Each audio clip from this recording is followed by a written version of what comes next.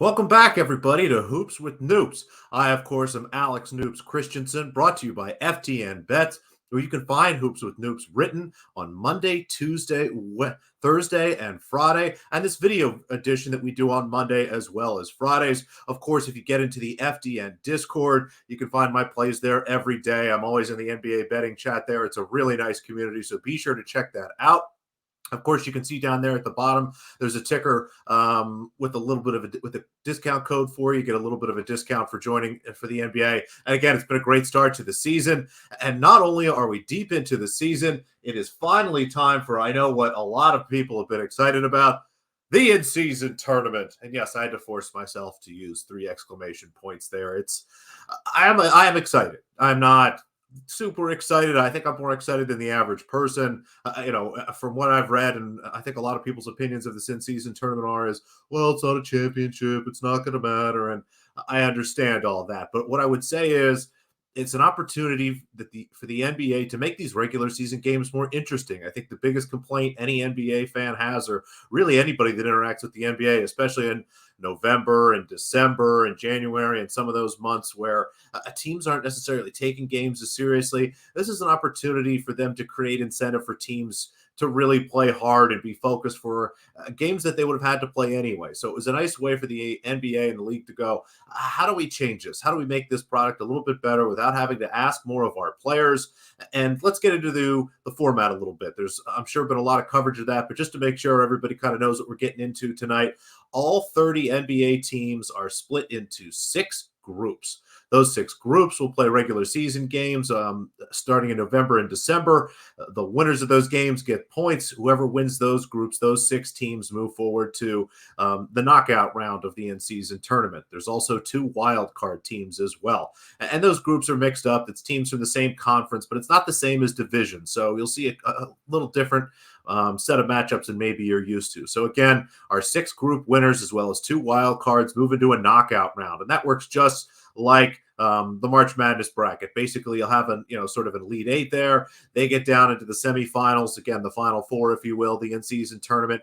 And those games will be played in Las Vegas. And every game up until the final in-season tournament championship game is just another regular season game. Again, not asking anything more from these players. The championship game will be an 83rd game for those extra 2 teams. But again, a bigger piece of revenue pie for them, which is always nice for the organizations. And the winner of the tournament gets $500,000 each per player. Now, that's a tough number, I think, to quantify and understand. The minimum salary, for example, in the NBA is about $2 million, depending on what your experience is and kind of what your situation is. So $500,000, that's a really nice bonus on top of $2 million. You're looking at a 25% increase in your earn for the year. However, on the other end of the spectrum is Jaylen Brown, who gets paid a little more than $500,000 per game. So it's going to be tough to figure out what the impact of this is, how seriously teams will take it. We'll get into a couple games tonight, but overall, it looks like the injury report's been pretty clean. No one seems to be resting anybody. It is going to be, I think, a lot of fun. And once we get to those Vegas games, I think there will be a lot of interest.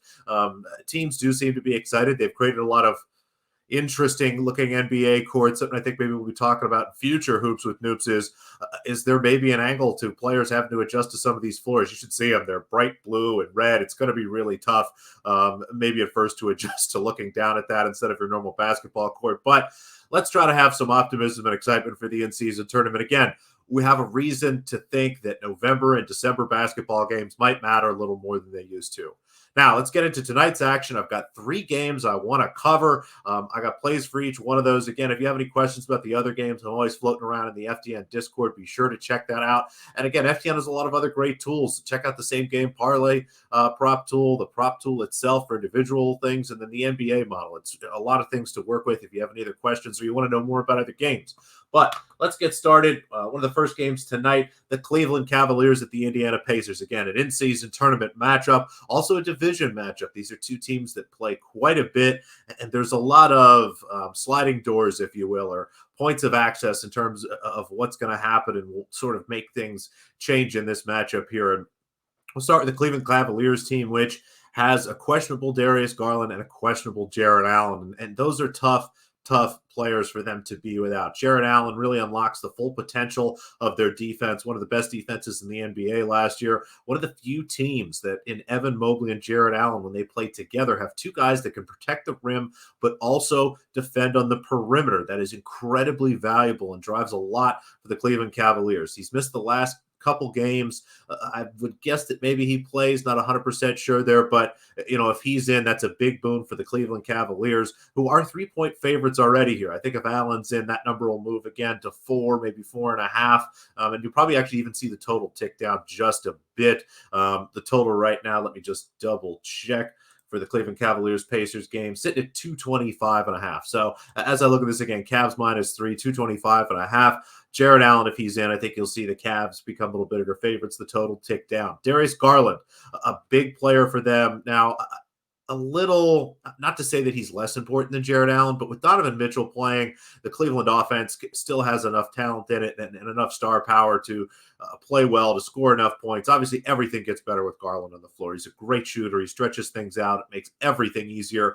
They can stagger Mitchell and Garland, so there's one of those guys on the floor at all times. It makes a big difference. If he's in and Jared Allen's in, I think Cleveland's going to move to, again, even a 5.5, maybe 6-point favorite here. So if you think those guys are playing, and the market looks again kind of like it's leaning that way, being already at 3, grab the Cavaliers early now.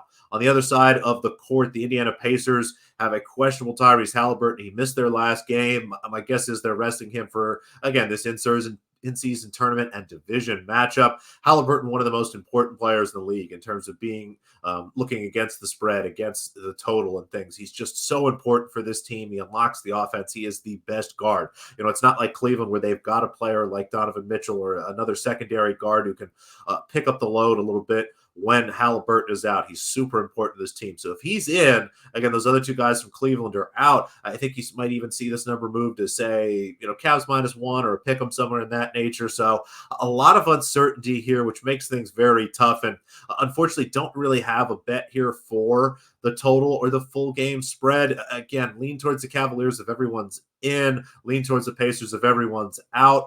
I don't think overall I expect kind of an under here tonight. Again, if Jared Allen's in, under is probably a nice look. So keep all that in mind, but there is one bet I do like, and it's a player prop. One of the players that we've been betting on quite a bit for his overs, having a nice start to the season, Miles Turner. His total sits at 14.5 tonight at -104. And then you can also see the alternate line down there, 20-plus points at +350. Turner, a really solid offensive player, can shoot the ball well, does not turn the ball over, pretty efficient here tonight. And yes, will be affected by Tyrese Halliburton's presence, but it kind of works in both scenarios. If Tyrese Halliburton is in this game, that's great for Miles Turner. The defense isn't going to pay as much attention to him. He's going to get better looks with Halliburton creating, and again, drawing some of the attention, drawing some gravity away from him to create more open space for Turner to work in. Conversely, if Halliburton's out, Turner is going to take more of a lead role scoring the basketball. His usage will go up. It's going to be a game where he's going to be asked to shoot a lot. Yes, the defense will be a little more focused, but especially if Jared Allen's out, there's not anybody with the height or size to bother him. He's comfortable shooting over players, and I expect a good night from him. You look up and down his game log, he's really gone over this number quite a bit, averaging a little over 18 points so far. And you don't just look at those. You try to look at the matchup and figure out the minutes here. And although overall I think we might see a little bit of a slower pace game, maybe an under type game, 14.5 is too low. I'm happy to go over that. And I get a little bit of a smaller bet on +350.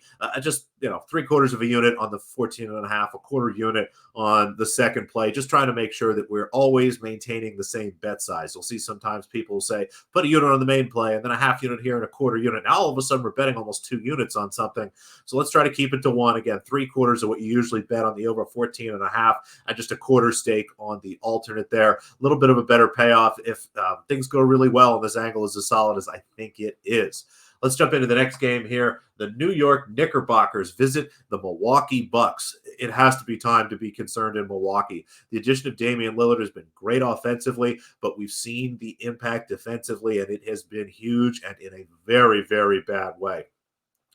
Just recently, the Milwaukee Bucks give up 130 points to the Toronto Raptors. Now, this is a Raptors team that has averaged just 99 points in their other games so far this season. It is not an offense that is probably going to score 130 points again this season. They might not honestly get up into the high 120s. It was just a really shoddy performance for the first time in years. You're starting to see defensive metrics for Giannis Antetokounmpo and Brook Lopez drop.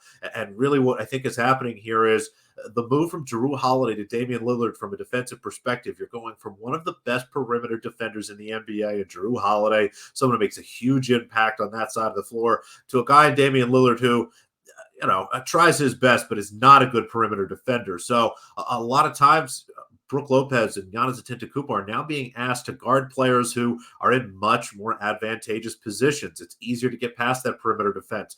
There's more that's being asked of Brook Lopez and Giannis Antetokounmpo, and we haven't seen first-year coach Adrian Griffin make any big adjustments yet. I'm curious to see if he is able to find a way to put in some new setups on defense, some new matchups, maybe look at a zone or something like that.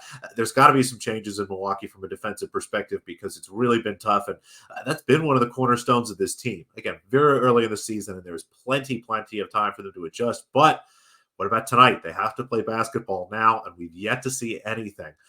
Enter the New York Knicks, having a solid season, 2 good wins, 3 losses, one of them not so bad, a close loss to Boston.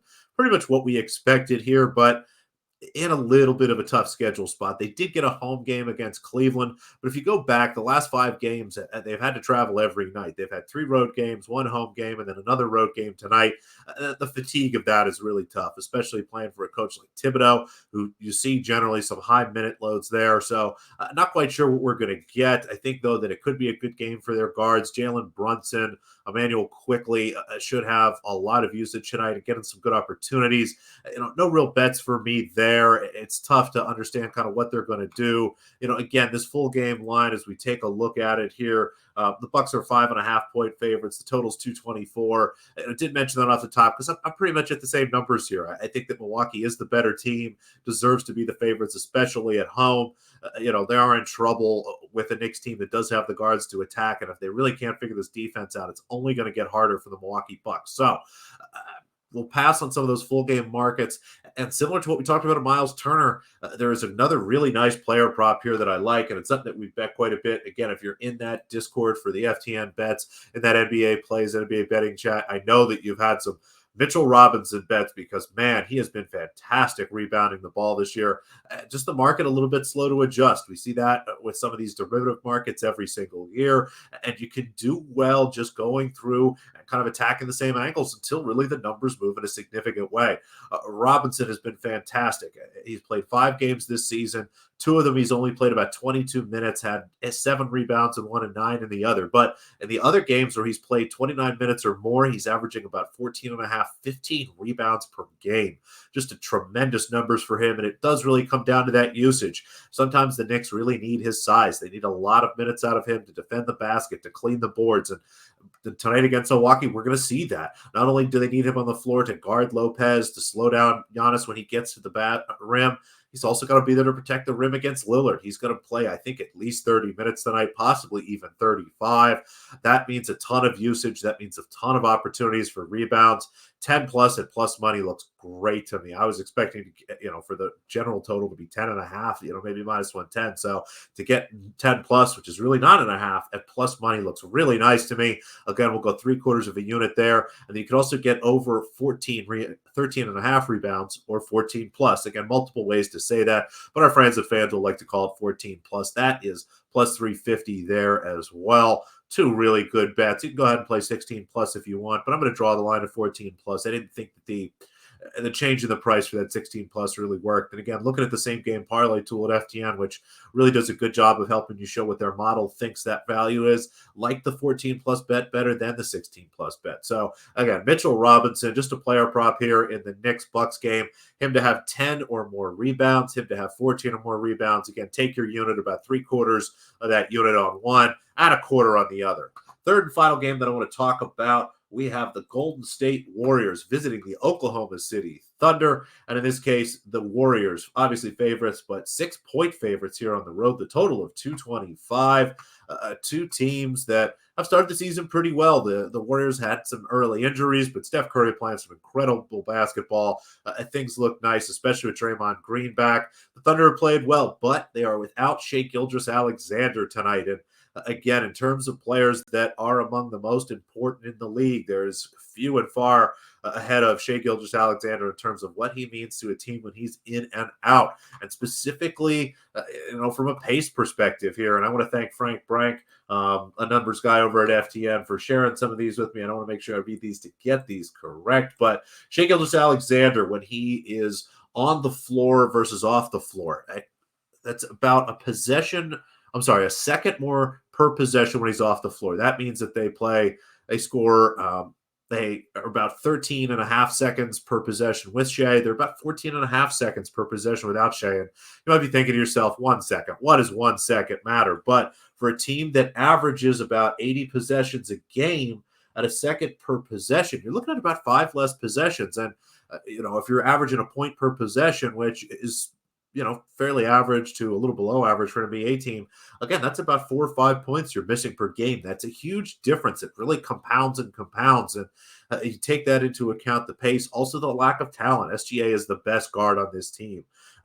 Josh Giddey is really nice. I think you can expect him to have a good game, but it's going to be tough. There is not really a lead scorer on this squad tonight. And they go up against a Golden State team that has been happy to play slow basketball, that has kept their teams from playing, their opponents from playing fast basketball, and match up really well here. Without Shai Gilgeous-Alexander, they've got the big men to throw at Chet Holmgren. They've got plenty of wing defenders and things to throw at the other players in the Oklahoma City Thunder. The schedule spot is clean for everybody here. No concerns for Golden State. Should be looking ahead. Not really a difficult travel or rest spot here. So I think it's a nice spot for the Warriors. Would not mind you laying the spread with them should you so desire. But there's a better angle here for me, and I kind of hinted at it early here. The offense for the Thunder is really going to struggle. So give me a Thunder team total under. I love betting these team total unders. It simplifies things a little bit. You have less at risk, less relying on kind of what the other team does. Again, the full game under here looks nice to me, but if Golden State has a hot shooting night, you could lose that ticket pretty quickly, despite the Thunder getting really nowhere close to this 109.5. I have it closer to 107. So pretty big variance there, again, for a team that's without their best player, that is without their best scorer, should play a slower pace tonight. Everything just pointing me towards the unders here, but specifically this team total under. So I like it 109.5. Honestly, anything 108.5 or higher looks really, really good to me. So 3 bets for us tonight. Let's quickly run back through them one more time. In the Pacers-Cavaliers game, give me Miles Turner over 14.5 points as well as 20-plus points. In the Knicks-Bucks game, give me Mitchell Robinson, 10-plus rebounds and 14-plus rebounds. And then as we just talked about, the Oklahoma City Thunder team total under 109.5.